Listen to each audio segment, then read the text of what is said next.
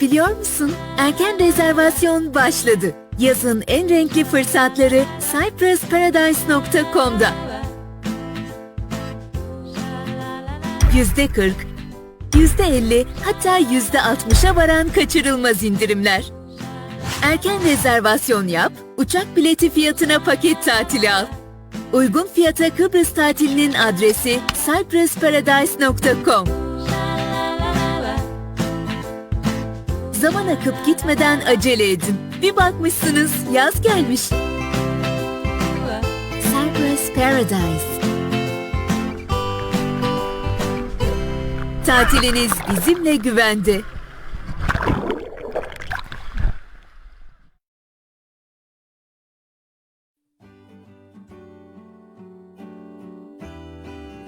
Kalitenin, güvenin, hızlı teslimatın adresi Ancon Furniture. Ancon Furniture ailesi olarak yeni ürünler ile hizmete devam etmekteyiz. Yeni model koltuk takımlarımız, yatak mekanizmaları bir dokunuş ile açılıp bir dokunuş ile kapanabilmektedir. Bir dokunuş ile açtığımız yatak mekanizmasının yatak çarşafı kullanıma hazır, serili olarak içinden çıkmaktadır. Yıl sonuna kadar herhangi bir koltuk takımı alan her müşterimize akıllı sehpa hediyemizdir. En iyi ürün, en iyi fiyat. Sadece Ancon Furniture'da. Bize uğramadan karar vermeyin. En iyisini biz yapana kadar daha iyisi yok.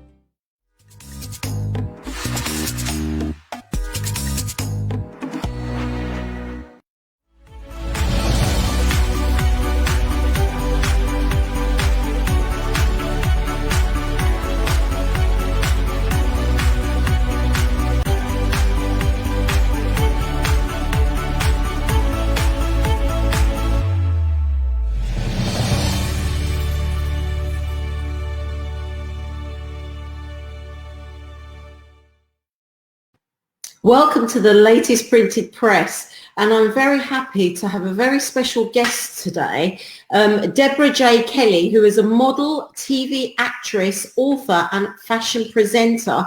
Welcome, Deborah, to the program. It's an absolute honour to have you with us tonight. How are we feeling?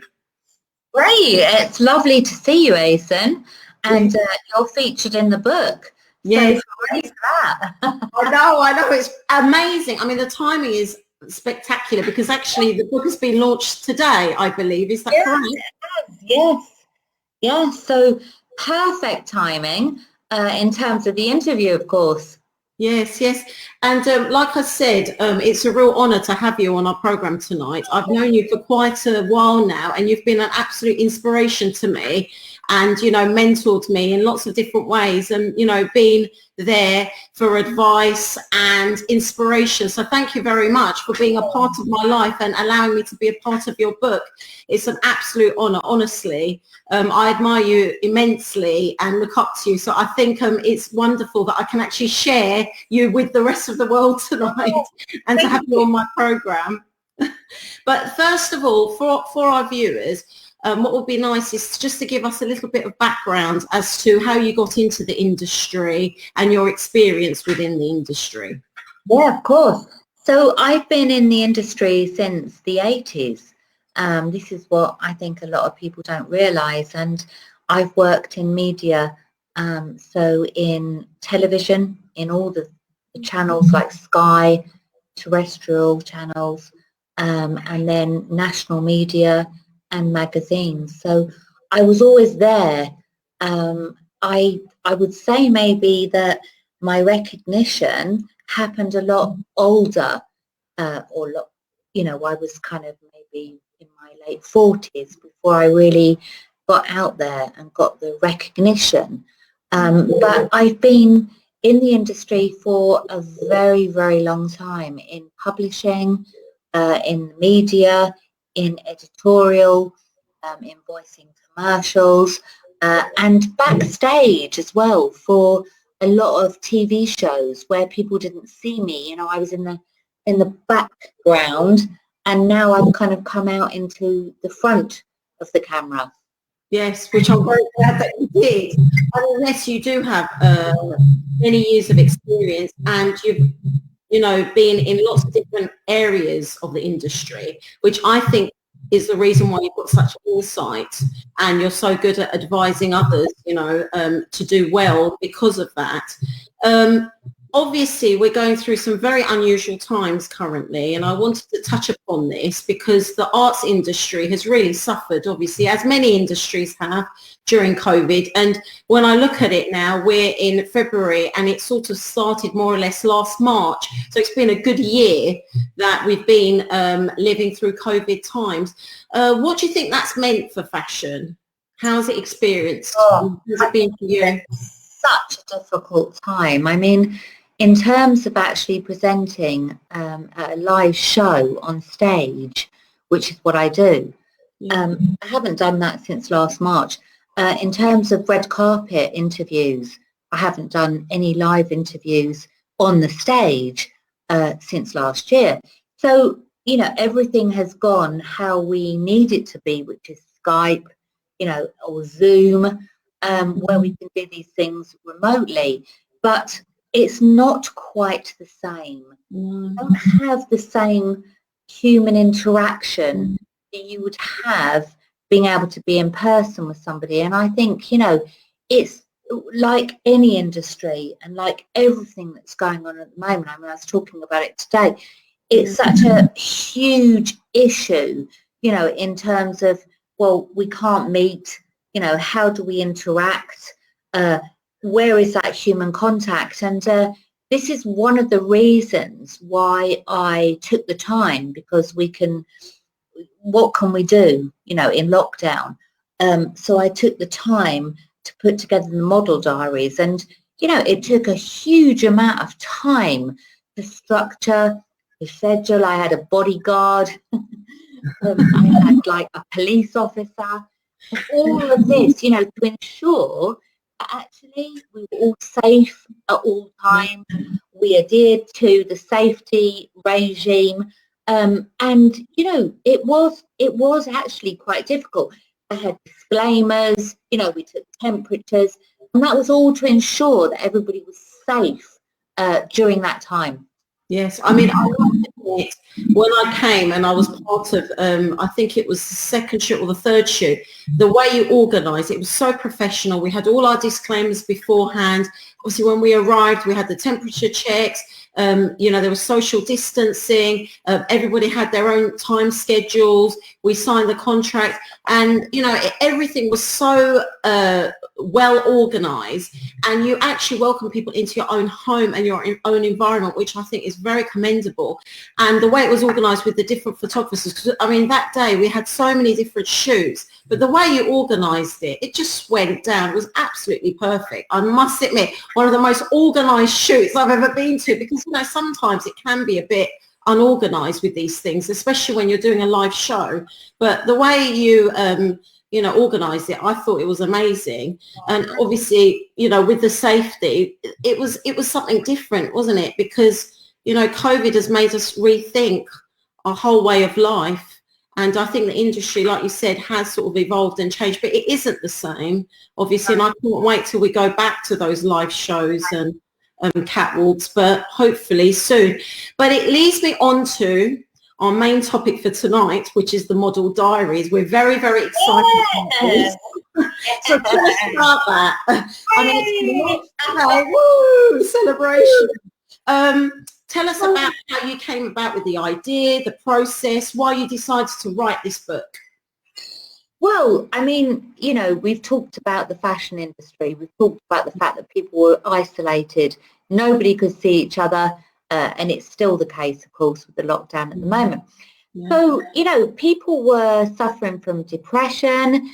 people were having mental illnesses. You know, it's such a huge thing on the emotional level of not being able to see anybody.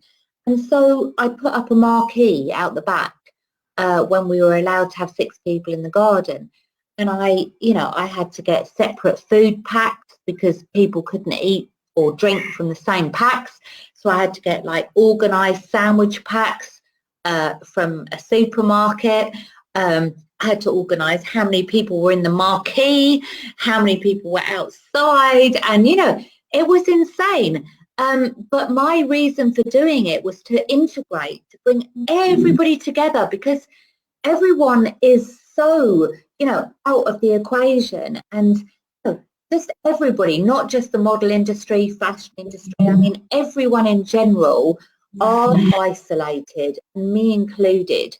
And so it was about bringing everybody together in the capacity that we were allowed to bring them into, to actually celebrate that. And I had a lot of feedback during the interviews that they felt, some of the people that were invited felt like, this was just their lifesaver, that they were finally able to come back and just do what they were meant to do, even if it meant not being able to get next to somebody, socially isolating. And I think, this is very important because it's our life. Our life has been put on hold for everyone, as I say, not just the fashion industry. So this is why I put together the model diaries. And I've always had this huge integrity of bringing nations together and bringing racial integration. And I'm an ambassador for numerous charities for that. And I never see creed or colour. And I think that it's very important for everybody to come together, and this is a time to come together to really embrace each other. So, I kind of caused a bit of a stir. I brought in Asian, Afro-Caribbean, European, Greek, every culture. And I said, look, here we are. We're all human beings. We're all the same. We all have a heart that beats as one. And I kind of threw them in with all the different designers, which were Asian and African, all different cultural designers. And I'm really proud, actually, of what I've done. I know, it's exciting. I can't wait. I can't wait to actually look at the book, all the pictures. So to make it clear to our audiences, basically it was a series of fashion shoots that you did, and within that there are diaries from all the different models and different people that you invited for the different shoots. I feel like, Deborah, it wasn't just the fact that you brought people together from lots of different cultures and backgrounds, but you actually almost gave people therapy, like you were saying earlier, how you made people actually feel like, brought them out of themselves. They really needed it. I do feel like, when I was there, the atmosphere was that everyone felt so happy and elated that day.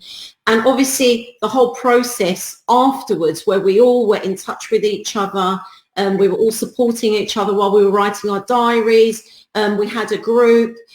So we had that sort of community feel, didn't we? And through the whole process, you guided us, and we were able to express ourselves through the diaries, really, not just what we've been through as individuals, not just our experience within the industry, but actually going through these times. Is that what you wanted to achieve?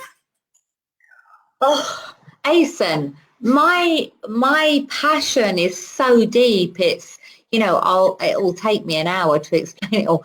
But the thing is, it takes me, I guess, or a woman to get to a certain age to really have experience, to look at an industry and to see what is happening within that industry.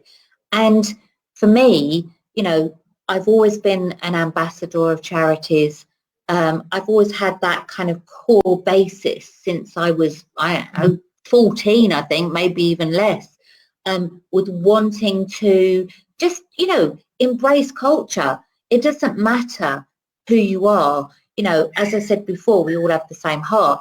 So the thing is, for me, creating the model diaries during this pandemic was really to bring everybody together and to celebrate everybody together, to celebrate cultures and so forth. And I think maybe I just had the time to do it because my life is so busy, and pre-March with the COVID, restrictions when they came in place, I had so many events and so many different things, and I think it gave me the time to be able to, to look at getting people in and bringing them together. And that was part of what happened in my, not July, but the July before, which was the Celebrity Birthday Bash, where I launched my skincare range. And again, I brought together every culture. I had a table for ambassadors, I had a table for actors and actresses.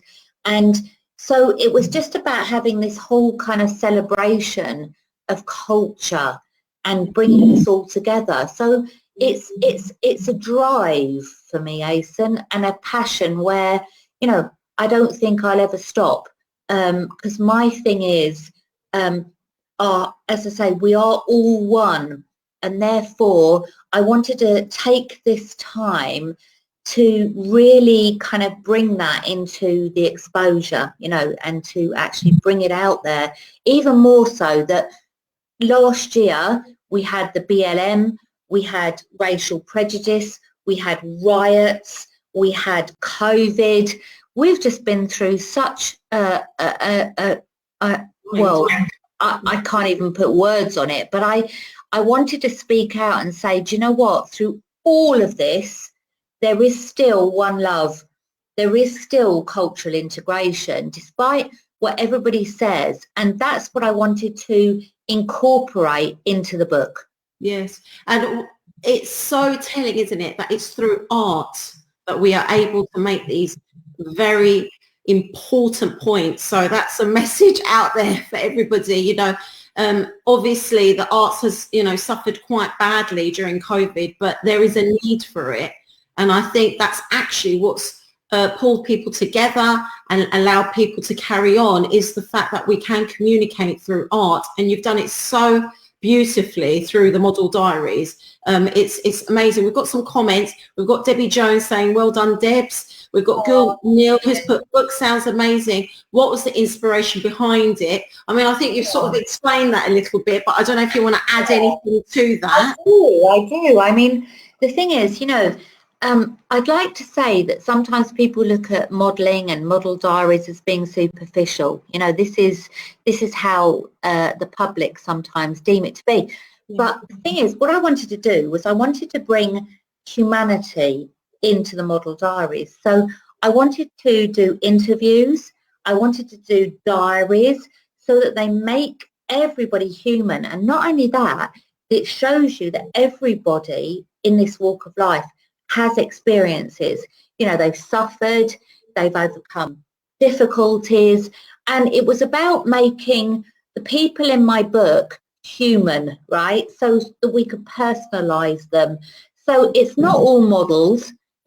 I've put every shape and size. I've got, well, I'm 55 nearly, and I've got women of every shape and size, every diversity, every ethnicity, every background. And this is what I want to continue to do, because my whole thing is that you are beautiful. It doesn't matter what size you are, it doesn't matter what age you are, it doesn't matter what you've got wrong with you, because I had 10 years I suffered. I looked like I'd been burnt in a fire, and I had this self-worthlessness. I felt terrible all the time.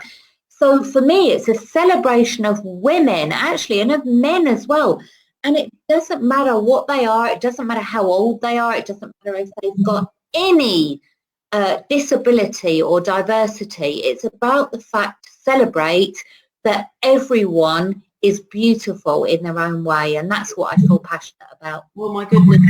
what we need. I think we need that in the industry, and I do feel like we're evolving now, because the fashion industry did used to be quite rigid, but I think in the last 10 to 20 years it is becoming much more diverse, and it's people like yourself at the top of the industry that need to bring that forward really and put that message across. So I think thank you very much, because that's entirely the way it should be. The world is diverse.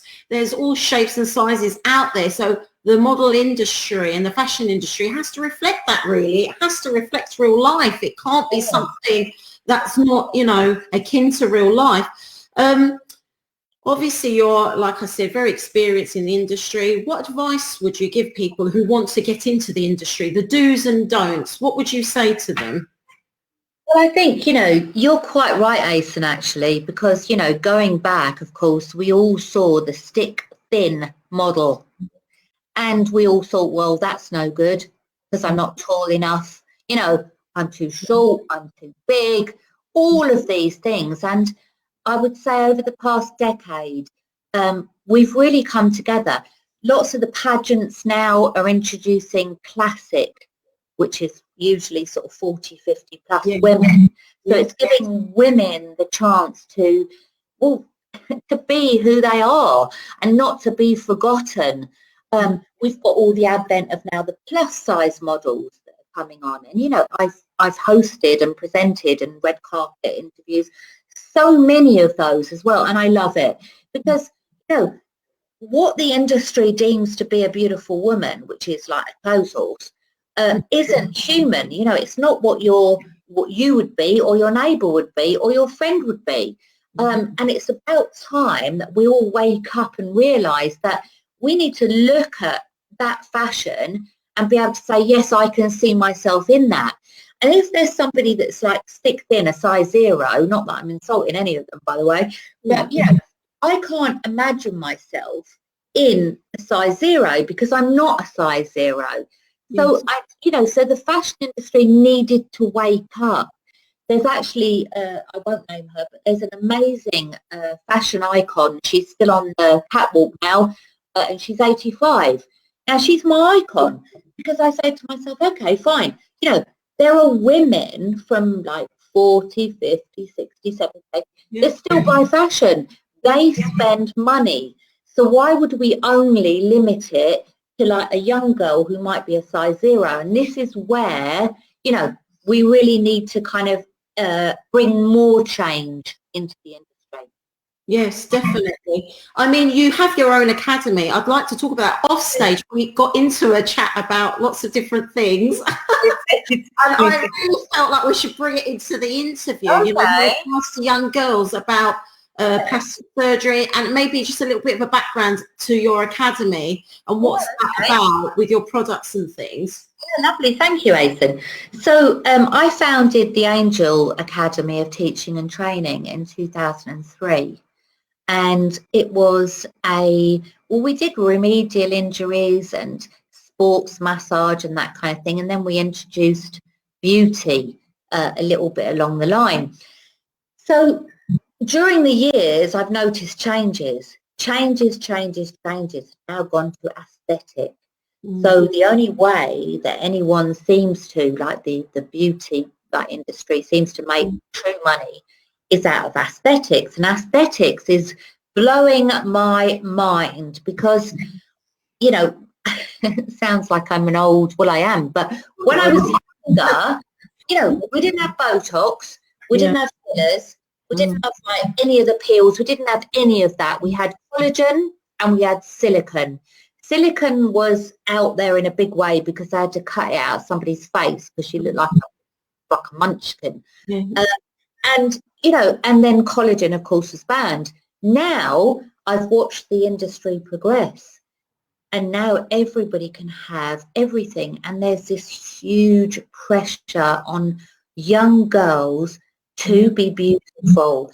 They come into the academy at 18 and they're all going to have Botox and they're having a Brazilian butt lift, you know, in the bum, if you don't know what that is. So it's like, it's a fashion now to have a big backside, right?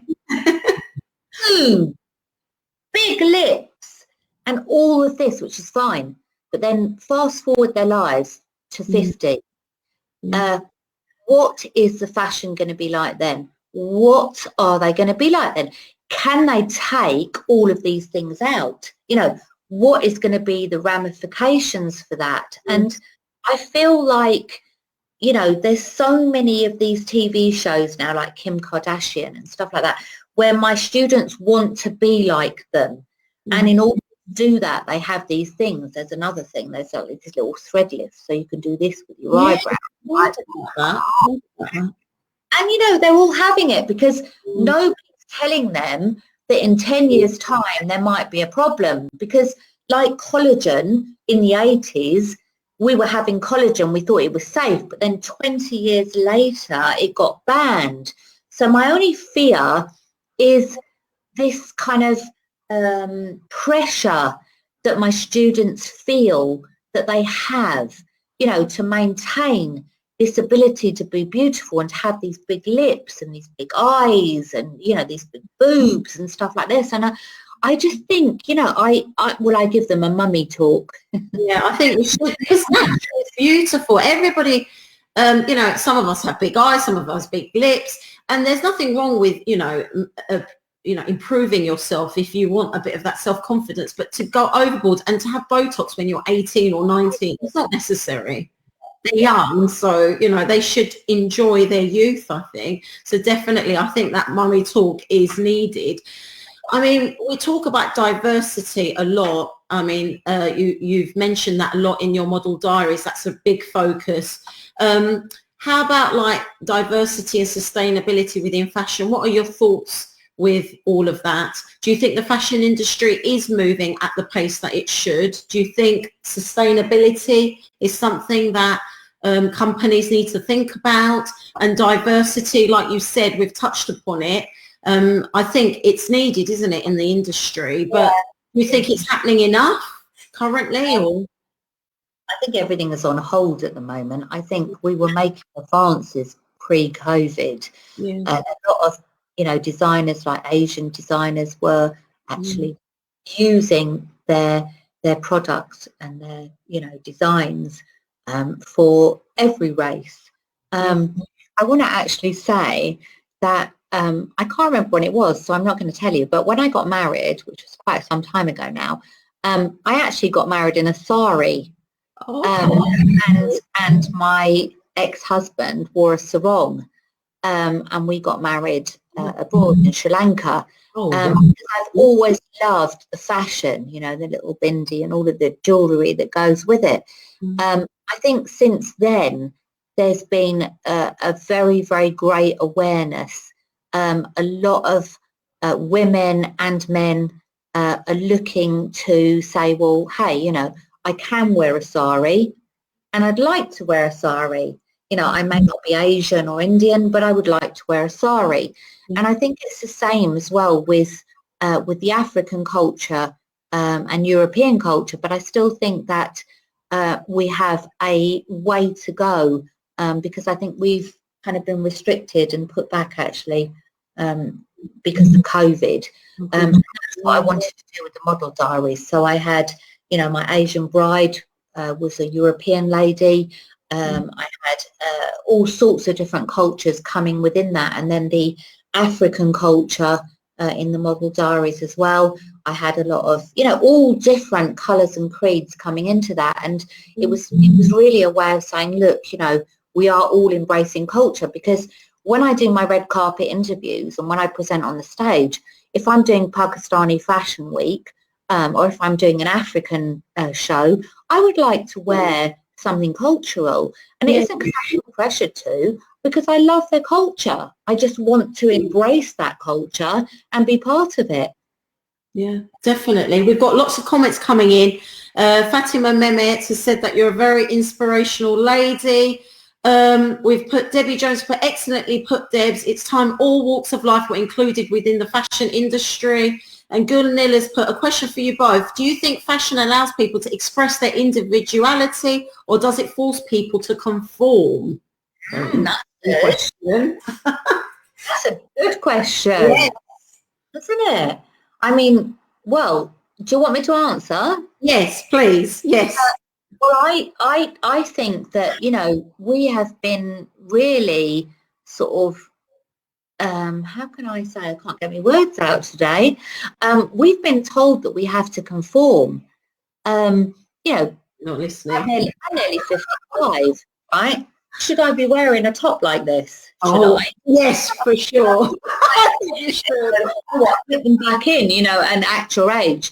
And so I guess there is a lot of this kind of in society that says that you should conform, but why should you conform? You know, what dictates that you should conform to anything? You know, if as long as it makes you happy, why shouldn't you do, you know, whatever you feel comfortable to do? And this is something which I guess, you know, I've really come across. So people are, oh, you know, but you're in your 50s, don't you think you should just like shut up, you know, and like go away and be quiet? And no, because I'm not forgotten. Just because I'm in my 50s, I'm not forgotten. I'm still a human. I'm still an amazing person. You look at women, you know, they are mothers, they are housewives, they work, they look after people, they look after children. You know, we're miracle workers, really. And that's not just women, obviously, but just because a woman asked the question. So I think, you know, if you're happy, then you should just get out there and express whatever you want to be yourself, and don't worry about what other people say. Yeah, 100%. I mean, for me to add to that, it's people like yourselves that have inspired me, because I was very short. So at the beginning, when I was young, I was told I was too short to be in the fashion industry and to be part of Catwalk. But I, you know, didn't listen and carried on with my dreams and was able to be on the catwalk, even though I'm only 5'4". And then later on, when I had my kids and they were growing up, I was told, well, you're a mum now, so you can't go back into the industry. And I did go back into the industry. And I think I've enjoyed it far more being a little bit more older and wiser, and having kids and having that backdrop, I think has enabled me to be more successful in the industry. So definitely I do feel like we shouldn't conform. We do need to break the rules a little bit for the good of the world, really, so that we do knock down these stereotypes, because women shouldn't be forgotten. Women should be celebrated whatever age they are, whatever shape they are, whatever height they are, whatever their background is, they should be celebrated. So people like yourself is what we need, really, in the industry. And thank goodness we have you, Deborah, because honestly, there are still some people who want to conform, like you said, and those young girls who are doing all sorts of things at such an early age. You know, it's the pressure that they're feeling, because,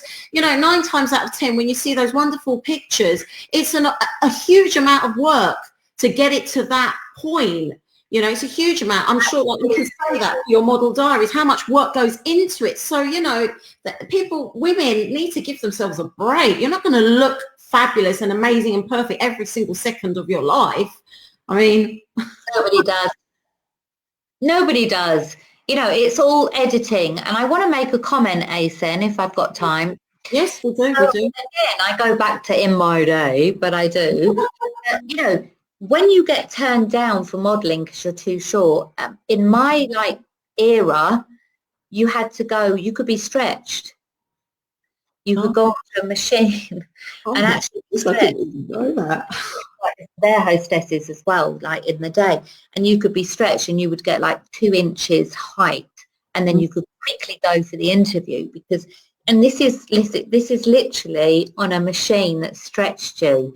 This is how like superficial everything was then. And you know, so for me, if you're beautiful in your own way, as everybody is, what should it matter about your height? I think the problem came from, you know, this, what we were talking about before, the clothes horse, you know, that they had to look like a stick, and that's why. But I want to change all of that. So it doesn't matter about height to me at all in the model diaries. It doesn't matter about colour, creed, anything. You know, it's really important just to show that all women are beautiful. Yes. And it's amazing. I mean, so your plans for now and your plans for the future. tell us about it. Obviously, we've got the model diaries out today. Where can people purchase it? Any information about your website and any sort of current and future plans that you have? So the model diaries, it's series 1. So I can invite any women at all, because I don't choose, you know, your sort of statistical model to take part in it. So it's diversity. You know, I've got some actors, I've got actresses, I've got you, Asen. Yes. So I've chosen, you know, women that have such a core heart, you know, because I don't know, when I look at a picture, I want to see the substance of a person, the substance of a woman, the substance of a man. I want to see their heart showing through, you know, not just a completely blank person. So I chose people that have lives, like they've had experiences, they've had troubles, they've had problems, and I wanted to share all of those things with people so that they don't think that, you know, just a picture of a model because it's been edited and they look beautiful, that there's nothing behind that picture, because there is. So I am moving on now to the Model Diaries 2. We've got a book, an 8-book series actually, which I'm really excited about. So the first book is out, it's on Amazon. So amazon.co.uk and amazon.com. If you want to Google me, my name is Deborah, Deborah, Deborah, the old spelling, Deborah Jay Kelly, and you can look at my profile on Amazon. And I've just launched the website for the Model Diaries, which is www.themodeldiaries.co.uk. And there's a shop on there as well, so you can buy a copy and you can have it autographed. Yay! Yeah, I'm so excited. We'll put all that information at the bottom of the program. We've got a very interesting question from a young girl, Melissa. How is the fashion industry like towards straight cisgender males such as Harry Styles and Jaden Smith wearing dresses? And is there a stigma towards them? That's a question and a half. Are you asking me? Or are you doing that one first, Asen, or are you asking me? I'm asking you, I think. That's quite a question and a half. I think that the industry is waking up. I mean, I talk hugely about the modelling industry with transgender. And, you know, the bearded lady, she's famous. Everybody's going to Google her now. But you know, she had polycystic ovaries, and that it's hirsutism. It's all, and I won't confuse you, but basically you grow hair, and she grew a beard, and she is on the catwalk. She said, "Look, this is what I am. This is what I have. Do you have a problem with it?" And she's hugely followed. You know, she's got a real backing, and I think, you know, this is very much changing now. The world is changing about acceptance, about transgender, about, you know, people showing, like men, for instance, showing their feminine side. And I'm just laughing because I've done a couple of fashion shows, you know, and we've had this, you know, we've had men wearing dresses, and, you know, and the crowd and the audience loved it. And so this is the way, this is like the 21st century. This is the way now for acceptance and expression, expressing yourself for who you are. And I think we're going to see a lot more of this, well, post-COVID, hopefully, you know, when all of that calms down. And if it calms down, I think, you know, we're going to see a lot more of this, a lot more diversity, a lot more transgender on the catwalks. Yes, I think so. I agree. I mean, I've done lots of shows where I've had men in dresses and all sorts of things as well. So I'm in total agreement with everything that you've said. And definitely, I think because of COVID and everybody sort of going back to basics, I think hopefully, one hopes we will be more embracing of everybody and actually allow people to express themselves in whichever way they want to express themselves, because true beauty comes from within. And you've taught me that it comes from within. If you're happy about yourself, you will shine out and your beauty will be there for everyone to see. But you have to love yourself for who you are, and you need to come to terms with whatever it is that you are, embrace it first of all, and then, you know, show the whole world really. So I'm in complete agreement with that. Lots of people talking about age is just a number, breaking boundaries. People have put loads of muscle emojis. Abby Hussein has put Barbara Cartland comes to mind. I mean, I think this is it. This is what the audiences want. I think tonight we've had a real buzz on my program. All the comments that have been coming through, it's just nothing but positive, because it's so refreshing to have somebody who is, like I said, you've got such a wealth of experience and you're very sort of at the top of the industry, and yet you've got these amazing views, and this is what we want. It's so refreshing to see. I think Model Diaries is going to be a great success. And I'm so glad that it's series 1, so it means that we're going to have lots more to look forward to. And it will evolve.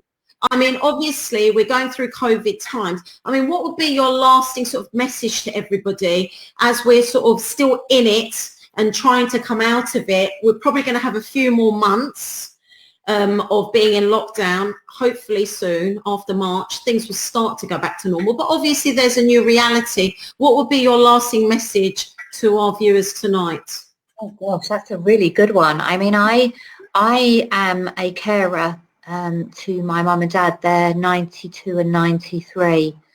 And I think unless you've been in that situation, you would never really understand just hard it, you know, how much time it takes and how hard it can be and how soul destroying it can be, how you can forget who you are. You know, it's so difficult. But, you know, I'm their key worker, I'm their carer. So I'm fortunate enough to see them.